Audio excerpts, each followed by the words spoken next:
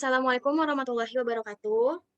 Oh, Perkenalkan, kami dari kelompok 5, saya sendiri Widya Azizarifa, dan presentasi kali ini saya ditemani oleh dua teman saya yang bernama Kotrunada dan Fazriana Nur Pramuna. Dengan judul Struktur Sosial Budaya, Peranata Sosial Budaya, dan Proses Sosial Budaya.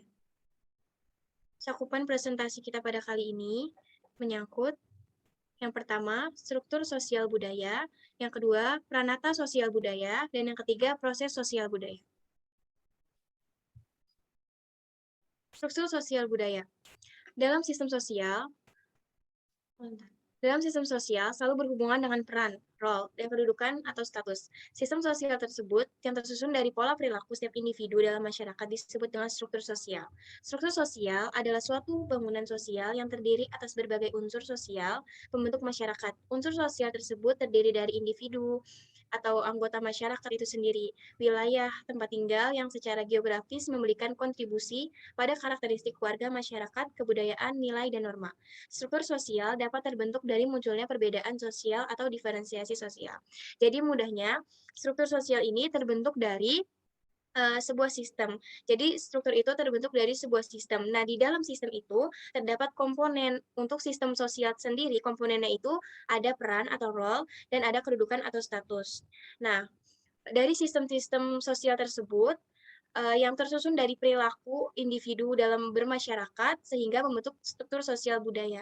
Nah, dari struktur sosial budaya ini muncul adanya perbedaan-perbedaan atau perbedaan-perbedaan sosial atau disebut dengan diferensiasi sosial. Next. Perbedaan sosial bersifat universal atau dimiliki oleh setiap masyarakat dimanapun. Beberapa contoh perubahan sosial sebagai berikut. Jadi karena adanya struktur sosial yang beda sehingga menyebabkan adanya perbedaan sosial. Yang pertama ada perbedaan berdasarkan jenis kelamin. Nah, sebagai contoh ada di suatu daerah masyarakatnya itu memiliki mata pencaharian sebagai pemburu dan pramu. Nah, si pemburu ini lebih ditekankan kepada jenis kelamin pria. Jadi yang pria itu boleh berburu gitu, lebih unggul lah berburunya karena mereka pikir pria itu lebih unggul, lebih memiliki kemampuan untuk berburu yang bagus gitu, lebih berkualitas daripada wanita-wanita yang berburu. Jadi wanita itu di sana hanya boleh untuk meramu aja buat ambil tanaman gitu, kayak bertani, sedangkan berburu hanya kepada laki-laki. Terus di sini juga ada perbedaan, sosial, di mana orang yang lebih tua itu akan dapat bagian yang lebih bagus gitu. Misalkan dia dapat taring, kalau hewan buas dia dapat, hati, kayak gitu. Jadi ada perbedaan dari jenis kelamin. Nah, yang kedua ada perbedaan pada, teknologi yang lebih maju. Di sini biasanya perbedaannya itu terlihat dari profesi, dilihat dari profesi. Dokter, guru, petani, itu mendapat sebuah perbedaan sosial. Kemudian ada perbedaan pada bentuk fisik manusia, berdasarkan ras, yang lebih disorot itu berdasarkan ras. Ras negroid itu punya ciri khas kulit yang gelap gitu, rada hitam, terus ras mongoloid yang lebih coklat, dan ras kaukasoid itu yang lebih terang. Nah, ada pada perbedaan juga ada pada perbedaan agama. Ini di Indonesia sudah umum terjadi gitu. Kita milih agama berdasarkan kepercayaan masing-masing. Di situ adanya perbedaan sosial. Selanjutnya, perbedaan-perbedaan tersebut memunculkan adanya lapisan-lapisan yang bertingkat. Lapisan-lapisan bertingkat ini disebut dengan stratifikasi sosial. Ada beberapa ukuran yang digunakan untuk menggolongkan duduk dalam lapisan-lapisan tersebut sebagai berikut. Jadi karena ada perbedaan, jadi ada lapisan-lapisan, jadi ada tahapan-tahapan gitu. Nah, yang pertama ada untuk mengukur lapisan tersebut pertama ada ukuran kekayaan. Jadi adanya perbedaan menimbulkan lapisan. Nah, lapisan ini ada lagi disebabkan dari golongan-golongan nih. Ada ukuran kekayaan. Kenapa ada ukuran kekayaan? Nah, di sini tuh ada lapisan golongan orang yang kaya atau orang yang ekonominya kuat, terus timbul golongan yang miskin atau ekonominya kurang gitu di sini. Lalu di ukuran kekuasaan timbulnya golongan-golongan yang berkuasa dan ada sesuatu yang dikuasai. Nah, kemudian ada ukuran kehormatan. Jadi di lapisan ini ada orang yang dinilai dapat berpengaruh, ada golongan yang dapat berpengaruh, misalkan tokoh agama, kasepuhan gitu. Lalu ada timbul golongan yang nggak berpengaruh seperti rakyat biasa aja gitu. Dan yang terakhir ada ukuran ilmu pengetahuan. Lahirnya golongan-golongan kaum cendekiawan, orang-orang cerdas, dan timbulnya orang-orang yang biasa-biasa saja yang kurang cerdas. Oke, sifat pelapisan sosial yang berkembang di masyarakat. Jadi ada 2 sifat pelapisan, yaitu, bersifat tertutup atau closed social stratification dan yang terbuka open social stratification. Yang bersifat tertutup ini gimana maksudnya? Jadi, ada satu lapisan yang nggak bisa ditembus gitu. Jadi kalau dia udah ada di lapisan itu, dia nggak bisa untuk tembus ke lapisan yang lain. Bisa memungkinkan kalau adanya kelahiran. Contohnya apa sih dari, pelapisan bersifat tertutup ini? Contohnya adalah sistem kasta. Jadi ya karena keturunan dia udah kayak gitu, ya udah kayak gitu. Jadi nggak ada yang bisa masuk gitu, kecuali emang dari keturunan dia sendiri, dari keturunan itu sendiri gitu. Nah, yang kedua ada bersifat terbuka. Lapisan ini bisa ditembus oleh satu lapisan ke lapisan yang lainnya. Contohnya, kekayaan dan kekuasaan itu bisa ditembus karena mungkin dengan usaha kita sendiri, itu bisa dari lapisan bawah, kita bisa hingga ke lapisan atas. Slide selanjutnya akan dijelaskan oleh Baik, selanjutnya dijelaskan oleh saya, Fazriana Nur Pramuna. Di sini saya akan bahas tentang pranata sosial budaya. Selanjutnya, pengertian pranata sosial budaya. Kuncaraningrat mengartikan pranata sosial budaya ini ialah suatu sistem tata yang melakukan dan hubungan yang berpusat pada aktivitas-aktivitas untuk memenuhi kebutuhan. Nah, lalu Horton juga berpendapat mengartikan bahwa pranata sosial budaya itu sebagai suatu hubungan sosial yang terorganisir, yang memperlihatkan nilai-nilai dan prosedur-prosedur yang sama, dan memenuhi kebutuhan-kebutuhan dasar tertentu dalam masyarakat. Nah, jadi pranata sosial ini itu lembaga sosial yang bukan hanya menunjuk kepada organisasi atau sejumlah orang yang terlibat di dalamnya, akan tetapi mengandung pengertian, perangkat kelakuan, dan norma yang harus dipatuhi dalam berinteraksi untuk memenuhi kebutuhan tertentu. Selanjutnya. Nah, jadi macam-macam pranata sosial ini dibagi menjadi 6. Yang pertama itu ada pranata ekonomi. Apa sih pranata ekonomi? Nah, pranata ekonomi itu untuk memenuhi kebutuhan material seperti berburu, bertani, beternak, industri, perbankan, koperasi, dan jenis-jenis mata pencarian lainnya. Dan yang kedua ini ada pranata sosial. Nah, pranata sosial ini itu kebutuhannya untuk makhluk hidup sosial di mana ia selalu membutuhkan orang lain dalam hidupnya, seperti contohnya perkawinan, keluarga, pengaturan tempat tinggal, pengaturan keturunan, dan sistem kekerabatannya.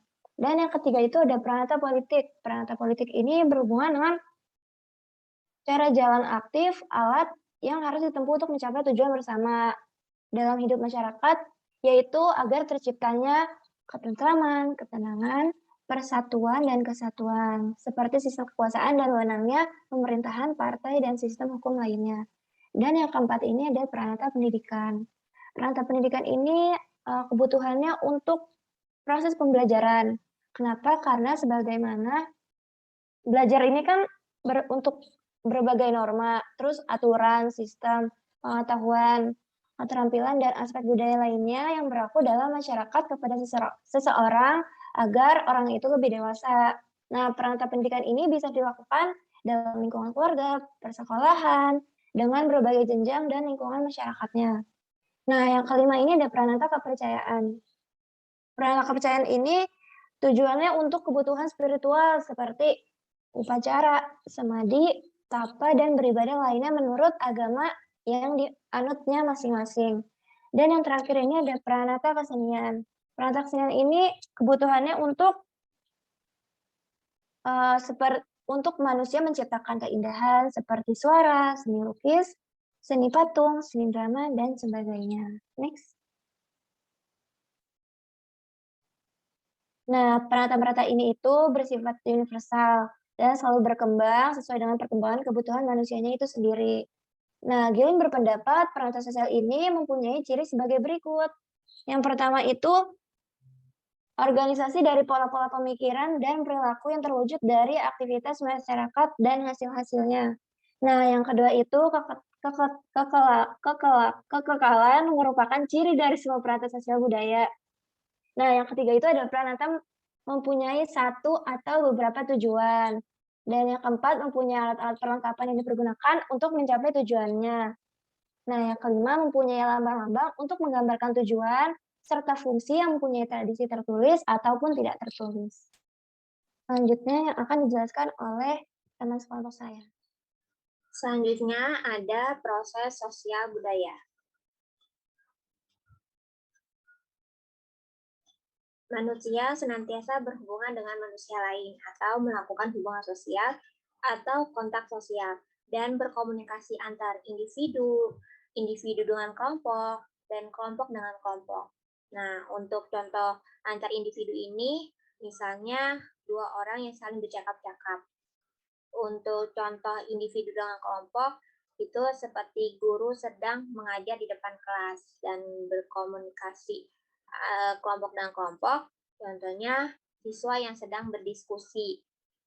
Nah, dalam kontak dan berkomunikasi ini terjadi hubungan yang saling mempengaruhi, baik itu ide, gagasan, pengetahuan, dan aspek budaya lain.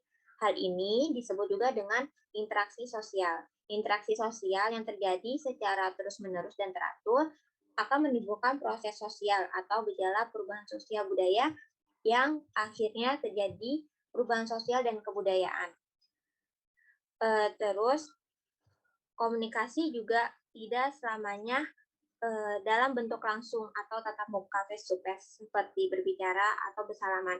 Ada juga komunikasi tidak langsung yang melalui perantara seperti surat, telepon, surat kabar, televisi, atau radio. Perantara itu disebut sebagai media komunikasi.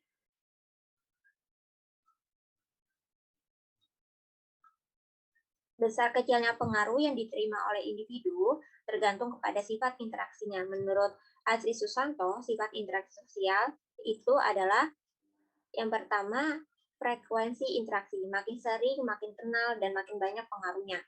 Yang kedua, keteraturan interaksi. Semakin teratur interaksinya, semakin jelas arah perubahannya. Yang ketiga, ketersebaran interaksi. Jadi, makin banyak dan tersebar interaksi, semakin banyak juga yang dipengaruhinya.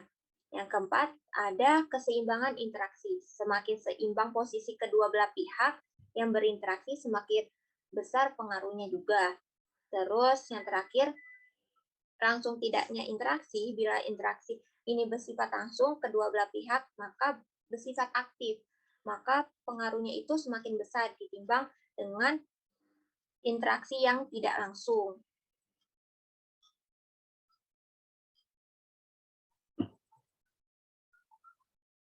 Syarat terjadinya interaksi sosial. Nah, syarat terjadinya ini dibagi menjadi dua. Yang pertama ada kontak sosial, yaitu hubungan sosial antara individu satu dengan individu lain yang bersifat langsung seperti dengan sentuhan, percakapan, maupun tatap muka. Nah, ini itu sebagai wujud aksi dan reaksi. Yang kedua ada komunikasi, yaitu proses penyampaian pesan dari seorang kepada orang lain yang dilakukan secara langsung maupun dengan alat bantu agar orang lain itu memberikan tanggapan atau tindakan tertentu. Bentuk-bentuk interaksi sosial. Interaksi sosial ini dibedakan menjadi dua bentuk, yaitu yang pertama ada asosiatif dan yang kedua ada disosiatif. Asosiatif. Interaksi sosial yang bersifat asosiatif ini akan mengarah pada bentuk penyatuan. Nah, ini terdiri atas beberapa hal, yaitu yang pertama ada kerjasama atau cooperation. Kerjasama terbentuk karena masyarakat menyadari bahwa mereka mempunyai kepentingan yang sama sehingga mereka tuh sepakat untuk bekerja sama dalam mencapai tujuan bersama. Nah, kerjasama ini dibedakan menjadi 4 bentuk. Yang pertama ada tawar-menawar, cooperation, koalisi, dan usaha patungan. Selanjutnya ada akomodasi, yaitu suatu proses penyesuaian antara individu dengan individu, individu dengan kelompok, atau kelompok dengan kelompok. Nah, ini itu tujuannya untuk mengurangi, mencegah, dan mengatasi ketegangan dan kekacauan. Nah, dalam proses akomodasi ini dibedakan menjadi beberapa bentuk. Itu yang pertama ada coercion, yaitu suatu bentuk akomodasi yang prosesnya itu dilaksanakan karena adanya paksaan. Yang kedua, kompromi. Nah, ini suatu bentuk akomodasi yang dimana pihak-pihak yang terlibat ini masing-masing mengurangi tuntutannya agar dicapai suatu penyelesaian terhadap suatu konflik yang ada. Terus yang ketiga, mediasi. Nah, cara menyelesaikan konflik dengan jalan meminta bantuan pihak ketiga tapi yang netral. Yang keempat ada arbitration, yaitu cara menyampai kompromi dengan cara meminta bantuan pihak ketiga yang dipilih oleh kedua belah pihak atau oleh badan yang berkedudukannya itu lebih tinggi dari pihak-pihak yang bertikai ini. Terus yang kelima ada adjudikatif atau peradilan, yang dimana suatu bentuk penyelesaiannya ini itu melalui pengadilan. Terus yang keenam ada stalemate, yaitu suatu keadaan yang dimana pihak-pihak ini tuh memiliki kekuatan yang seimbang dan berhenti melakukan pertentangan pada satu titik karena kedua belah pihak ini tuh sudah tidak mungkin lagi maju atau mundur. Terus selanjutnya ada toleransi. Nah, ini suatu bentuk akomodasi tanpa adanya persetujuan formal. Terus yang terakhir ini ada conciliation, yaitu yang dimana usaha untuk mempertemukan keinginan-keinginan pihak yang berselisih bagi tercapainya suatu persetujuan bersama.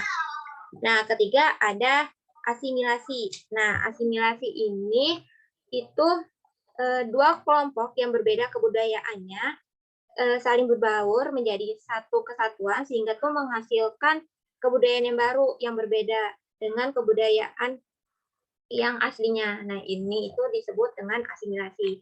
Terus ada akulturasi, yang dimana dua kelompok yang berbeda budaya ini saling bertemu dan melakukan kontak sosial yang intensif sehingga terjadi perbaruan tanpa menghilangkan ciri kebudayaan aslinya. Bentuk interaksi sosial selanjutnya yaitu ada disosiatif. Nah, interaksi sosial ini itu mengarah pada bentuk pemisahan dan terbagi menjadi ke dalam 3 bentuk. Yang pertama ada kompetisi, yaitu suatu perjuangan yang dilakukan perorangan atau kelompok sosial agar memperoleh kemenangan atau hasil secara kompetitif tanpa mereka tuh menimbulkan ancaman atau benturan fisik dari pihak lawannya. Terus yang kedua ada kontravensi, yaitu bentuk proses sosial yang berada di antara persaingan dan pertentangan atau konflik. Yang terakhir ada konflik, yaitu cukup sekian presentasi dari kami. Kurang lebihnya mohon maaf. Wabillahi taufiq wal hidayah. Wassalamualaikum warahmatullahi wabarakatuh. Hai, Assalamualaikum warahmatullahi wabarakatuh. Perkenalkan, saya dari kelompok 6. Di sini saya bersama dua teman saya. Yang pertama itu ada Widya Azizarifah dan yang kedua ada Kontrunada. Nah, di sini kami akan menjelaskan tentang praktik cara mengajar struktur sosial budaya kepada anak. Nah, yang akan dijelaskan oleh teman saya yaitu Widya Azizarifah. Dan untuk kesimpulannya yang akan dijelaskan oleh Kontrunada. Selamat menyaksikan, dadah! Assalamualaikum warahmatullahi wabarakatuh. Waalaikumsalam warahmatullahi wabarakatuh. Kurang semangat Sahela. Assalamualaikum warahmatullahi wabarakatuh. Waalaikumsalam warahmatullahi wabarakatuh. Apa kabar hari ini? Sehat. Kalau ditanya apa kabar, jawabnya gini ya, Sela. Alhamdulillah, luar biasa, tetap semangat. Bisa? Apa kabar Sahela hari ini? Alhamdulillah, luar biasa, tetap semangat. Hari ini semangat belajarnya? Semangat. Hari ini udah sarapan? Udah. Hari ini udah salim sama orang tua? Sudah Bu Guru. Sudah. Tadi sarapannya pakai apa? Makan pakai nasi goreng. Pakai apa? telur. Pakai telur nih. Supaya gizinya baik. Jadi baiknya. tubuhnya sehat. Hari ini hari apa ya? Hari Bu. Baru pengen jawab kayak gitu. Dalam hati lupa. Apa? Rabu. Rabu. Pengen bilang Jumat, Sabtu, Minggu itu Nama-nama hari. Iya, sekarang hari Kan Rabu. ada Rabu. Nah, udah semangat belajarnya? Udah. Temennya ada di sebelahnya? Ada. Semuanya ada? Ada. Lihat sampah, ada sampah nggak di samping kanan kirinya? Bersih? Bersih. Berarti sudah siap belajar. Sebelum belajar, mari kita berdoa. Ikutin ibu ya. Nyanyinya begini sebelum berdoa. Tanganku ada 2, jarinya 5, ku gabung keduanya. Mari kita berdoa. Bismillahirrahmanirrahim. Alhamdulillahirabbil alamin. Ar-Rahmanir-Rahim. Maliki yaumiddin. Iyyaka na'budu wa iyyaka nasta'in. Ihdinas siratal mustaqim. Siratal ladzina an'amta 'alaihim ghairil maghdubi 'alaihim waladdallin. Amin. Doa kedua orang tua boleh? Boleh. Bismillahirrahmanirrahim. Rabbil firli waliwalidayya warhamhuma kama rabbayani shaghira. Amin. Doa belajar. Bismillahirrahmanirrahim. Rabbi zidni ilma warzuqni fahman. Amin. Yuk, tangan ke depan, tangan ke samping, tangan ke depan, duduk yang manis. Udah siap? Udah. Ibu mau tanya, siapa yang tadi pagi ke sekolah? Salim. Salim sama siapa? Pak Guru. Pak Guru. Salim sama Bunda? Salim. Salim sama Ayah? Salim. Salim sama Nenek gak? Salim. Sebelum belajar supaya semangat, kita nyanyi dulu yuk. Yuk, nyanyinya. 1, 1, aku sayang ibu. 2, 2, aku juga sayang ayah. 3, 3, sayang adik kakak. 1, 2, 3, sayang semuanya. Sekali lagi boleh? Boleh.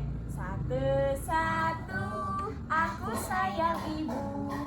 2, 2, juga sayang ayah. 3, 3, sayang adik kakak. 1, 2, 3, sayang semuanya. Siapa yang tadi pagi nggak sempet salim sama ayah karena ayahnya udah berangkat kerja? Salim? Salim. Berarti ayahnya belum berangkat kerja ya tadi pas sekolah. Salim sama Bunda, salim sama ayah. Adik salim nggak sama kakak? Salim. Adik sayang sama kakak nggak? Sayang. Ada yang tahu hari ini mau belajar apa sama ibu guru? Gak tahu. Mana suaranya? Hari ini mau belajar apa sama ibu guru? Nggak tahu. Gak tahu. Hari ini kita mau belajar struktur anggota keluarga. Anggota keluarga, ada yang tahu anggota keluarga itu siapa aja? Bunda, ayah, adik, kakak. Udah, segitu doang. Udah. Ada lagi anggota keluarga sebelum bunda, ayah, ada nenek, ada kakek, ada Iya. Itu temen di luar keluarga. Ada opa, ada oma. Lucu banget. Penasaran mau lihat? Penasaran lah. Keluarga. Ibu punya ini. Yoi, ada struktur anggota keluarga. Lah. Ada nih apa? Nenek. Nenek. Ini Kakek. kakek. Ini Ayah. ayah. Ini bun. Dan Nah ini om. om. Ini temennya om. Temennya om, pasangannya om. Tante. Tante. Om dan Tante. tante. Ada ini anaknya ibu dan Ayah. nah. Namanya saya siapa? lah. Boleh, namanya Ali. Ali. Saya lah boleh ulang. Boleh. Ini siapa namanya? Ini siapa? Nenek. Nenek. Ini Kakek. kakek. Ini Papa. ini Ibu. ibu atau mama. Ini Om. om. Pasangannya om. Tante. Tante. Terus anaknya ibu dan ayah namanya Ali. Ali. Waktu kemarin ibu suruh bawa foto anggota keluarga, bawa. Coba sekarang kita susun anggota keluarga Kakak Cila. Ada siapa aja? Banyak. Banyak. Bukannya banyak lagi tapi sekeluarga. Keluarga.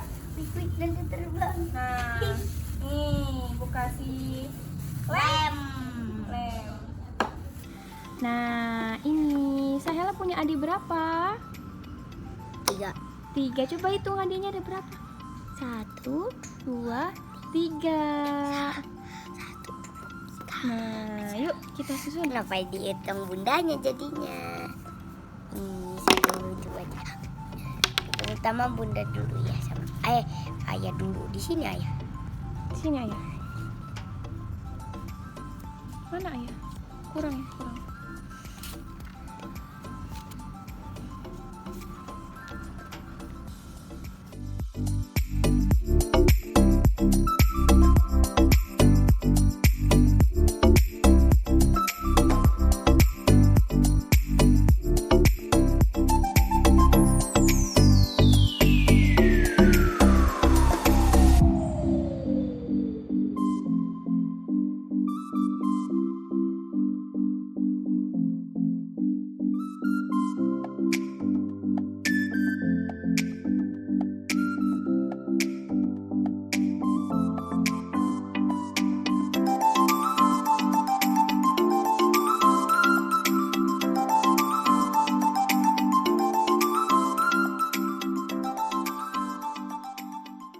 Sudah selesai menempelnya?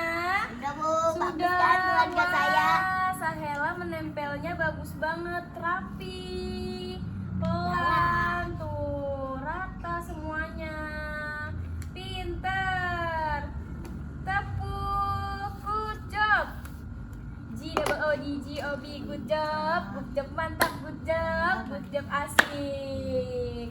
Nah, bagus sekali Sahela menempelnya. Sahela boleh diulang? Ini ada siapa aja sih di keluarga Sahela? Yang pertama ada ayah, terus ada bunda, ada adik. Sahela punya adik berapa? 3. Siapa aja namanya? Giat, Muhammad, Ayas. Kakak kalau boleh tahu, ayah itu bekerja. Nah, tugas ayah adalah mencari nafkah. Ayah itu tugasnya bekerja mencari nafkah, disebut juga kepala keluarga. Kalau bunda bekerja nggak? Bunda nggak, berarti bunda ibu rumah tangga. Bukan, tapi ibu kos. Ibu kos, alhamdulillah. Nah, kakak kalau sama adik-adik sayang. Adik-adik kalau sama kakak sayang. Jadi satu keluarga harus saling menyayangi, mengasihi. Ya, oke.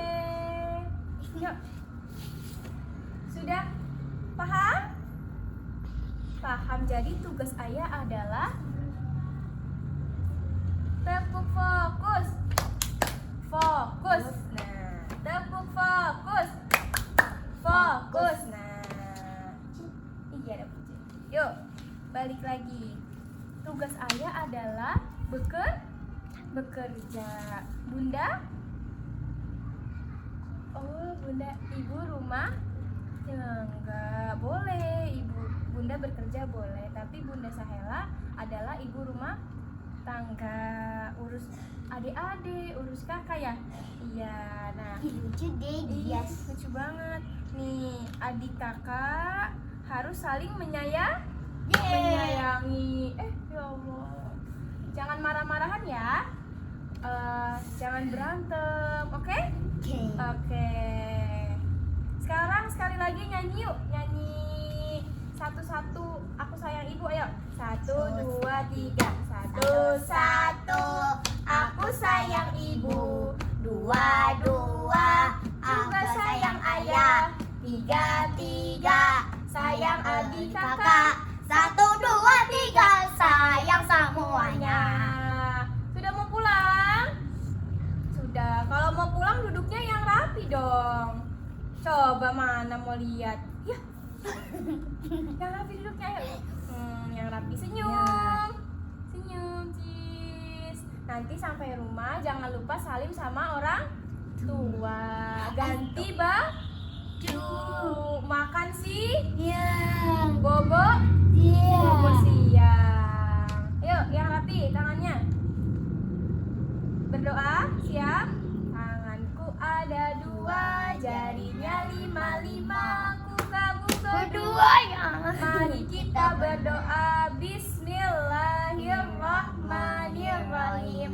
Wal innal insana lafi khusrin illal ladzina amanu wa amilus solihati wa tawasau bil haqqi wa tawasau bis sabr.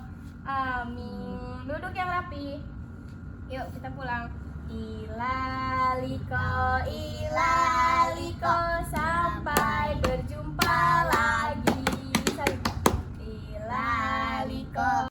Dari video pembelajaran tadi dapat kita simpulin bahwa untuk mengajarkan tentang struktur sosial budaya kepada anak, kita dapat mempelajari dengan hal yang sederhana. Misalnya dalam video tadi itu mengajarkan tentang struktur yang ada dalam keluarga. Struktur yang ada dalam keluarga ini terdiri dari kakek, nenek, ibu, ayah, dan anak.